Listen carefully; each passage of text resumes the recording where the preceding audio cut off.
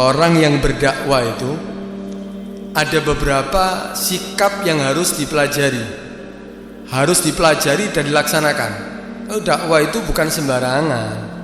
Dakwah itu bukan harus semua orang langsung bisa melaksanakan. Dakwah itu harus, pertama, harus dia punya modal. Modalnya apa? Ya ilmu. Nggak tahu ilmunya berdakwah, akhirnya ditanya ngawur jawabannya. Akhirnya apa? Tersesat dan menyesatkan.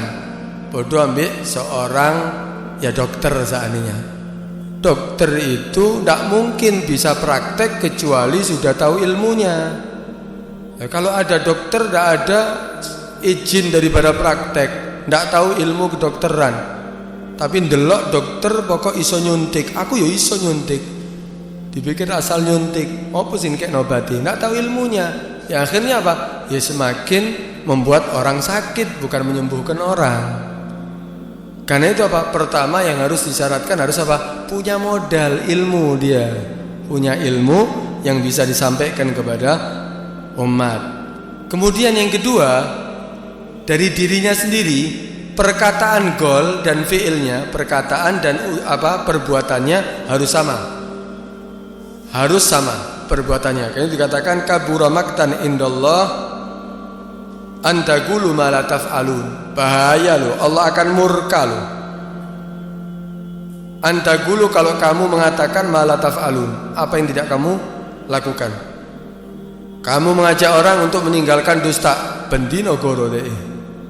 Kamu mengajak manusia untuk meninggalkan maksiat, tapi dirinya maksiat. Kabura maqtan indallah antaqulu ma la taf'alun. Kamu mengucapkan sesuatu, menasihati sesuatu, tapi padahal kamu tidak melaksanakan. Ini bahaya. Itu ucapan dan perbuatan harus sama. Bahkan dikatakan dalam Al-Quran, Allah SWT berfirman apa? Ata'muruna an-nasa bil birri wa tansawna anfusakum. Apakah kamu mengajak manusia untuk melakukan kebaikan, tapi kamu melupakan diri kamu sendiri? Taat sama Allah, sholat berjamaah, sholat izin. Tinggalkan maksiat terus-terusan. Jangan berani-berani riba, dianya main riba juga. Ata'muruna an-nasa bil birri wa tansawna anfusakum. Apakah kamu merintahkan mengajak manusia untuk kebaikan, tapi kamu melupakan diri kamu? Sama seperti apa? Jarum bisa membuatkan pakaian orang banyak, tapi dirinya telanjang. Ini ono jarum pakai pakaian, nggak iso digawe lah. Dia bisa membuatkan banyak pakaian itu jarum, sehingga apa? Semuanya tertutup auratnya, tapi dirinya terbuka auratnya. Sama seperti lilin. Lilin itu bisa menerangi orang lain. Kalau mati lampu, dinyalakan, wah semuanya orang mengambil manfaatnya, tapi dirinya terbakar. Habis. Orang kalau cuma hanya berucap, tapi dirinya tidak melaksanakan apa yang dia ucapkan. Berarti yang pertama, ucapan dan perbuatan harus sama. Yang kedua, ini metode dakwah ini, cara-cara untuk berdakwah. Yang kedua, harus ikhlas. Harus ikhlas ketika berdakwah, tidak ada tendensi apapun. Tidak ingin dipuji, tidak ingin disanjung, tidak ingin dibalas, tidak ingin tidak berharap daripada imbalan. Dakwanya ikhlas, baru akan nyampe. Tapi kalau ada tendensi apapun, supaya dihormati, supaya dikarak, supaya disalamani, supaya dikasih uang, supaya dikasih berkatan sing luwih akeh, supaya ini sudah ada kotoran yang mengurangi daripada dakwanya dia. Ini merusak nih. Karena itu ketika dakwah harus ikhlas. Dakwanya supaya supaya makbulah, supaya diterima. Itu para Nabi Muhammad SAW diperintahkan oleh Allah untuk mengucapkan Kul, katakan wahai Muhammad, la as'alukum ajra. Katakan wahai Muhammad, diperintahkan oleh Allah untuk diajari sama Allah Subhanahu wa taala untuk mengucapkan la as'alukum ajra. Aku tidak meminta kepada kamu wahai umatku ajra, balasan, balas budi, bayaran, tidak minta. Aku dakwah ini karena Allah. Illal mawaddata fil qurbah, kecuali baik ya terhadap apa? Kurba, terhadap kerabatku, kata Nabi SAW. Artinya apa? Tidak ada balasan, tidak mengharapkan balasan, tidak mengharapkan apapun daripada orang lain kecuali apa? Pahala dari Allah Subhanahu wa taala. Ini yang kedua. Ini paling menentukan ini, ikhlas ini. Yang ketiga, dakwah yang disampaikan itu dengan cara yang baik, terbaik. Dengan cara yang terbaik. Dia apa? Dengan cara hikmah, dengan cara mau'izatil hasanah. Ya, kalaupun ada perdebatan dengan cara yang terbaik. Itu dakwah. Itu apa? Allah Subhanahu wa taala berfirman apa? Ud'u ila sabili rabbika bil hikmati wal mau'izatil hasanah wajadilhum billati hiya ahsan. Ajaklah orang-orang ini kepada apa? Jalan Tuhan kamu, sampai kepada Tuhan kamu dengan apa? Bil hikmah, dengan cara hikmah. Wal mau'izatil hasanah, dan dengan apa? Mau'izatil hasanah. Artinya mah dengan cara yang terbaik. Dengan cara yang terbaik. Kemudian munasib, sesuai, pantas. Maksudnya apa? Ya, nasihat itu bukan apa ya? Ada nasihat kadang disampaikan kepada orang awam. Ada nasihat itu yang disampaikan kepada orang-orang kaya. Ada nasihat itu yang disampaikan kepada santri-santri. Ada nasihat itu yang disampaikan kepada ulama-ulama, orang-orang yang punya ilmu. Beda-beda. Kalau nasihat kepada orang-orang kaya, berarti apa? Diperingatkan, diingatkan, hati-hati zakat dikeluarkan, hati-hati sedekah. Harta bisa menjadi bahaya, malapetaka bagi orang yang memilikinya kalau tidak sesuai yang diajarkan oleh Nabi SAW. Diperingatkan mereka. Kalau dakwah kepada orang awam, diajak untuk meninggalkan maksiat, diajak untuk apa? Melaksanakan taat, diajak kepada dakwah kepada orang-orang yang tidak mampu, diajak mereka untuk sabar, dijanjikan kebaikan bagi orang yang sabar. Kemudian rizki Allah sudah diajarkan kepada mereka, nggak usah ribut dengan urusan rizki sudah Allah tentukan. Dakwah kepada anak-anak santri-santri, diajari tentang ilmu, bagaimana fadilahnya ilmu. Dakwah kepada orang-orang alim, bukan fadilahnya ulama toh. Sebutkan fadilah ulama, tapi padahal apa? Ada ancaman bagi ulama yang tidak mengamalkan ilmunya. Hati-hati orang yang punya ilmu, kalau tidak mengamalkan ilmunya bahaya loh, lebih bahaya daripada abidul wasan, bahkan penyembah berhala.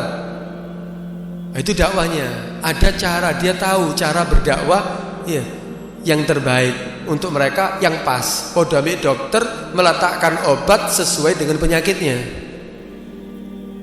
Masuk daerah, ini orang-orang di sini banyak maksiat perzinaan. Ya, dakwahnya tentang zina. Masuk satu daerah tentang orang di sini banyak makan riba, ya tentang riba sesuai dengan penyakitnya. Kasih obat sesuai dengan apa? Sakitnya. Sehingga apa? Orang akan sembuh. Orang akan menjadi baik, orang akan menjadi ingat. Harus ada apa? Harus ada apa? Hikmah. Kemudian kadang-kadang dakwah kepada umara, diundang kepada di dalam pemerintahan, berbicara tentang keadilan, tentang rahmat kepada orang lain, sesuai, duduk dipuji-puji tak. Tapi apa? Sesuai, namanya dai, dia mengajak orang untuk kembali kepada Tuhannya. Itu yang dikatakan apa? Dakwah, ada caranya, ada apa? Ada uslub. Kemudian munasib, sesuai. Ketika diundang di dalam acara pernikahan, ojo cerita kematian. Wong seneng-seneng diceritani mati. Ini tidak munasib. Ya wong ditinggal turu kan. Iki opo iki? Kematian cerita ini tentang kenikmatan dunia. Jangan, orang tambah lupa nanti. Sesuai. Ini acara kematian, berarti tentang apa? Cerita ingat bahwa di dunia tidak selamanya, tentang kematian. Pernikahan, pernikahan maca ayat fankihu ma tabalakum minan nisa'i masna wa thulatha wa ruba. Untung ndak ngerti artine wong-wong sing wedok-wedok iku sing ya coba ngerti kon didang kon mulemu. Lah mosok pernikahan baru menikah. Nikahilah wahai para lelaki kalau kamu mampu, perempuan mau 2, mau 3, mau 4. Iki sik sitok iki. Ya ngamuk wong wedok-wedok sih. Bukan tempatnya. Sesuai. Kadang-kadang sing qiraat ya ngono. Sing ngaji Al-Qur'annya, sing gosida, itu tahu ini sesuai dengan keadaan yang digosidahkan. Pernikahan ya Allah biha ya Allah biha ya Allah bi husnil khatimah. Dijak mati eling mati tadi. Ya enggak apa-apa, tapi ya kurang sesuai dengan uslubnya, tata caranya. Harus sesuai. Kemudian yang disampaikan itu sesuai dengan ukuran orang yang menerima. Jangan orang awam dicintari tentang arus kursi, tentang waduh pembahasan yang jelimet, enggak usah wis. Kenapa? Enggak sesuai dengan ukuran mereka. Itu Allah, Nabi mengatakan apa? Khatibun nas ala qadri ukulihim. Kamu ajak bicara orang-orang ini, nasihati mereka sesuai dengan apa? Akal mereka. Apa yang mereka butuhkan untuk dinasihati itu sampaikan. Bukan cerita yang tidak ada masalah, yang tidak ada hubungannya dengan mereka. Malah di dalam hadis yang lain, ma haddatsa ahadun qauman lam tablughu uquluhum illa kana fitnatan alaihim. Tidak ada seorang berbicara kepada satu kaum tidak sampai kepada akal mereka, pikiran mereka. Bahas panjang lebar, bahas urusan fikih jelimet. Padahal wong awam. Dan tidak ada urusan bahas tentang budak ya. Budak merdeka, dimerdekakan budak ini. Tapi orang awam seandainya ini tidak sampai kepada mereka, illa kana fitnatan lahum, maka akan menjadi fitnah bagi mereka. Berarti apa? Ucapkan nasihati mereka sesuai dengan kadar ukuran akal mereka. Kemudian jangan menasihati dengan sesuatu yang multi tafsir. Akhirnya apa? Pemahamannya beda-beda nanti. Sing jelas. Nabi itu kalau berbicara pasti yang jelas. Memberikan nasihat. Jari ini duduk ini sak masjid beda-beda pendapatnya. Jangan multitafsir. Beda kalau saat ini di kalangan santri, di kalangan ulama, nggak apa-apa berbicara tentang khilaf, tentang makna, tentang orang akan ngerti. Tapi kalau orang awam ya jangan. Kemudian di antara cara untuk berdakwah yaitu apa? Ini juga paling penting, dibarengi dengan hati yang bagus. Yang berbicara merasa orang yang paling jelek, tidak merasa lebih baik daripada apa?